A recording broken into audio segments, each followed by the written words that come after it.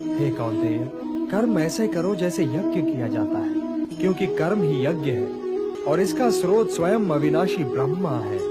इसलिए कर्म का मार्ग सीधा ब्रह्मा तक जाता है। नमस्कार दोस्तों, मैं मुकेश कुमार शाही, एक भारतीय लेखक। आज का टॉपिक है चिंता। बहुत ही गंभीर विषय है।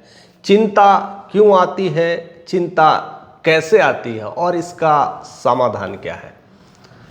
जाहिर सी बात है कि दुनिया में आप जन्म लिए हो और जन्म से लेकर के मृत्यु तक हर किसी न किसी चीज़ की ज़रूरत हमारे को पड़ती ही है और हमारी ज़रूरतों को ना मिलने से सारी चिंताएं उत्पन्न हो जाती है। आज भौतिक जगत में जितनी सारी वस्तुएं हैं उसको पाने की एक चिंता है, एक होड़ मची हुई है। अपने बच्चों को पढ़ाने की भी चिंता हुई है, ना पढ़े तब भी चिंता। अगर ज़्यादा अच्छा तेज है, पढ़ने में तेज है तो उसको अच्छी जगह दाखिला कराने की चिंता, अच्छी शिक्षा ग्रहण कराने की चिंता, कुछ भौतिक वस्तुएं पाने की चिंता, घर बनाने की चिंता, अपनी हेल्थ की चिंता, अपने खाने पीने की चिंता, परिवार से मिलने की चिंता, परिवार को जोड़ने की चिंता। हमारे दैनिक जीवन में चिंता इस तरह से पूरी तरह से समाहित हो चुका है कि उसकी परिकल्पना भी नहीं की जा सकती है और इसी के वजह से हमें सारी समस्याएं शुरू होती है, कई सारी बीमारियों का जन्म होता है और ऐसे ऐसे धीरे धीरे हम कमज़ोर बनते जाते हैं। और सबसे बड़ी मज़े की बात है दोस्त कि जब हम बीमार होते हैं तब हम डॉक्टर के पास जाते हैं तो डॉक्टर्स हमें यही सलाह देते हैं, दवा प्रॉपर खाइए और चिंता नहीं करिए। अब डॉक्टर तो बोल देते हैं चिंता नहीं करना है, लेकिन इसका कारण नहीं बताते हैं कि चिंता कैसे रोकना है। केवल कहते हैं चिंता नहीं करना है। और जब हम घर पे सारी चीज़ों को हम दवा खाते हैं और नहीं ठीक होती है तो घर पे भी सारे जितने लोग हैं या आसपास पड़ोस वाले जब मिलते हैं तो कहते हैं किसी बात का टेंशन मत लीजिएगा, चिंता मत करिएगा, सब ठीक हो जाएगा। भैया मैं चिंता क्यों ना करूं और क्यों ना आए, यह सबसे बड़ी समस्या है। क्या किसी के बोलने से चिंता खत्म हो जाती है? क्या हमारी जो चीज़ें हैं, जो ज़रूरतें हैं वो ख़त्म हो जाएगी? अगर हम बीमार हैं तो हमें ठीक होने की चिंता नहीं रहेगी? रहेगी ही रहेगी।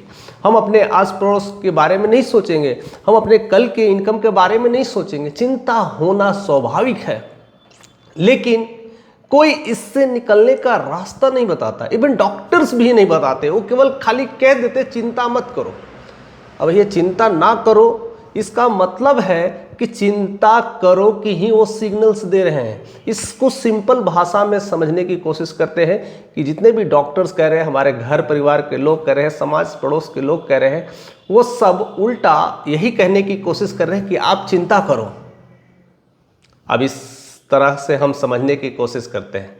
अगर आपको एक एग्जाम्पल्स दिया जाए, आप अपनी आंखों को क्लोज कर करके 1 मिनट का ध्यान कर करके आपको जो बोलने के लिए नहीं कहेंगे और जो सोचने के लिए अगर आप नहीं कहेंगे, अगर आप कोशिश कर लेते हैं तो मैं मान लूँगा कि यह कितनी सत्यता है। थोड़ी देर के लिए आप थोड़ा सा आंखें बंद कर लीजिए, क्लोज कर लीजिए और जो मैं कहूँगा उसके बारे में नहीं सोचना है।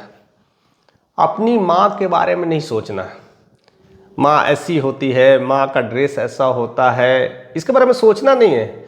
माँ कौन से कलर का ड्रेस पहनी है, क्या है, कितना बोलती है। इवन अपने पिताजी के बारे में भी नहीं सोचना है। पिताजी सुबह उठते हैं, हमें डांटते हैं, ऐसे रहते हैं। जब इस तरह से आप रिहर्स करते हो तो आपको पता चल जाता है कि आपको कहा जा रहा है माँ के बारे में नहीं सोचने का, लेकिन आप करते क्या हो? आपके माइंड में जो इमेजेस बनती हो वो उसी की बनती है, आपके माँ के ही बनती है। आपको कहा जा रहा है माँ के बारे में मत सोचो। जो ना वर्ड है ना वह समझ में नहीं आता इंसान को। जो चीज़ें नहीं कहा जाता वही चीज़ें आती है। इसका सबसे बड़ा कारण है कि हमारा जो मेंटल एबिलिटी है, जो हमारा दिमाग है, इमेजेस में सोचता है। इमेजेस में सोचता है यानी हर चीज़ों का चलचित्र बनता है। तो जिस चीज़ों का चलचित्र बनता है दिमाग उसको रिएक्ट करना शुरू करता है। जिसकी चलचित्र नहीं बनती है उसका इमेजेस नहीं होता है। जैसे आता है माँ के बारे में तो इमेजेस बना माँ के बारे में, नहीं का कोई इमेज नहीं है। उसके बाद सोचना तो सोचना, दिमाग करता सोचना है, माँ के बारे में सोचना है, माँ के बारे में सोचना है, और हम सोचना शुरू कर देते हैं माँ के बारे में।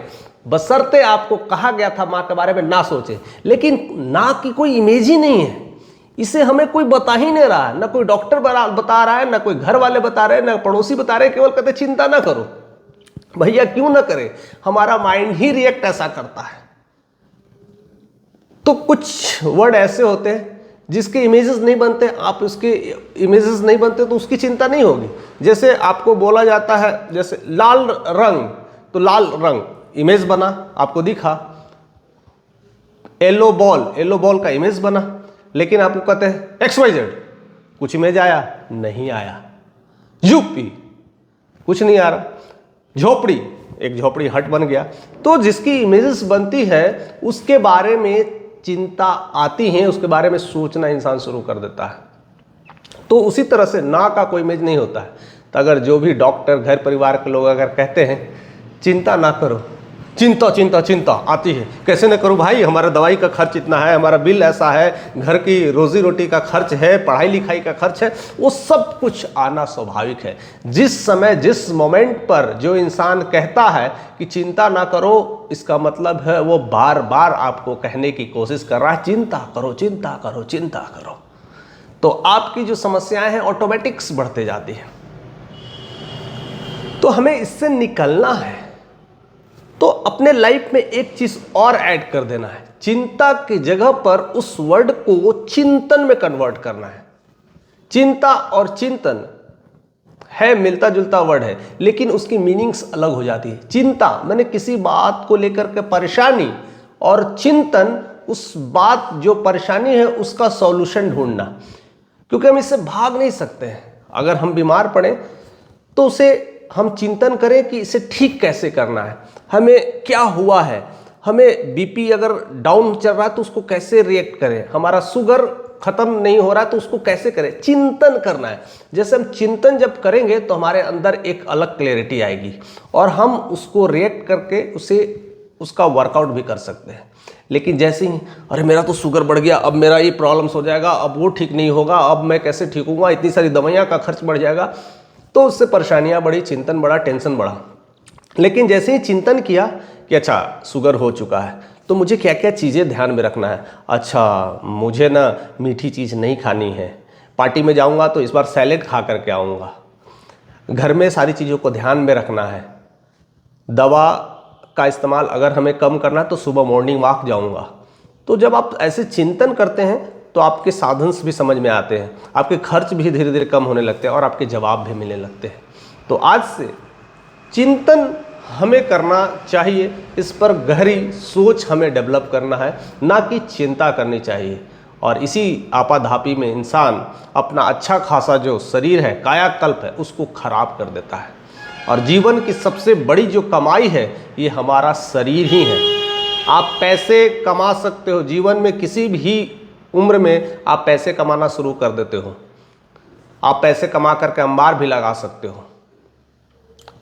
और ऐसा एक समय आता है कि किसी वजह से आपके पैसे खत्म भी हो जाए तो फिर से आप कमा कर करके फिर से अंबार लगा सकते हो। और ऐसा एक दो एग्जाम्पल्स नहीं, हजारों एग्जाम्पल्स है, हजारों बायोपिक्स ऐसे बने हैं जो सब कुछ खत्म हो जाने के बाद भी सब कुछ फिर से बना दिया है, क्योंकि यह क्रिएट किया जा सकता है। लेकिन आपका जो धन है, जो आपका जो हेल्थ है, वो अगर चला जाए तो आपका साम्राज्य, बना हुआ साम्राज्य भी कोई काम नहीं आता है। वो कब चला जाएगा अथवा रहेगा भी तो उसका कोई एग्जिस्टेंस नहीं है। तो फिर हम अपने इस खूबसूरत कायाकल्प को, जिसमें लाखों करोड़ों के संपत्ति छिपे हैं जिनकी कोई कल्पना नहीं की जा सकती है, जो लोग चिंता करते हैं वह इस कायाकल्प को खराब कर देते हैं। तो हमें केवल ध्यान रखना है, क्योंकि हम अगर स्वस्थ हैं, अगर हम मजबूत हैं, तो जितने भी प्रॉब्लम्स अर्थ से रिलेटेड ज़्यादा तक होती है, यानी धन संपदा से रिलेटेड ही सारी समस्याएं होती है मनुष्य को, उस पर हम विजय पा सकते हैं। लेकिन उसी की वजह से अगर आपने इस कायाकल्प को खराब कर दिया तो शायद जीवन में कभी भी आपको चैन, सुख, शांति कभी नहीं मिलेगा। तो इस पर आप गहरी चिंतन करें, सोच समझ के डेवलप करें और उस चीज़ों को लिखें जो आपने चिंतन किया है उससे पार पाने का, उसका अर्थ ढूंढने का और उस पर काम करना शुरू करिए। आप अच्छा महसूस करेंगे, आप खुश महसूस करेंगे, आपकी दिनचर्या अच्छी हो जाएगी, आपकी लाइफ स्टाइल अच्छी हो जाएगी और अच्छे लोगों के संगत में रहिए, अच्छी बातें सुनिए, सब चीज़ आपको धीरे धीरे वापस आ जाएगा।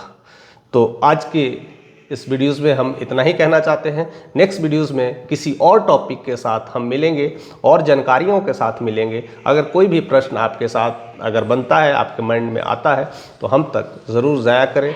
हम उस पर कोशिश करेंगे कि कुछ वार्तालाप भी कर सकें आपसे। कुछ समय अगर ऐसा मिलेगा तो लाइव भी डिस्कस करेंगे। तो धीरे धीरे हम अपनी फैमिलीज़ को बढ़ा रहे हैं और ऐसे ऐसे सारे कदमों पर, ऐसे ऐसे सारे विचारों पर डिस्कस भी करते जाएंगे और भारतीय जो हमारी संस्कृति है उस पर हम गहरी चोट करते जा रहे हैं, उसको समझने की कोशिश कर रहे हैं। तो ऐसे बने रहिए, प्यार देते रहिए।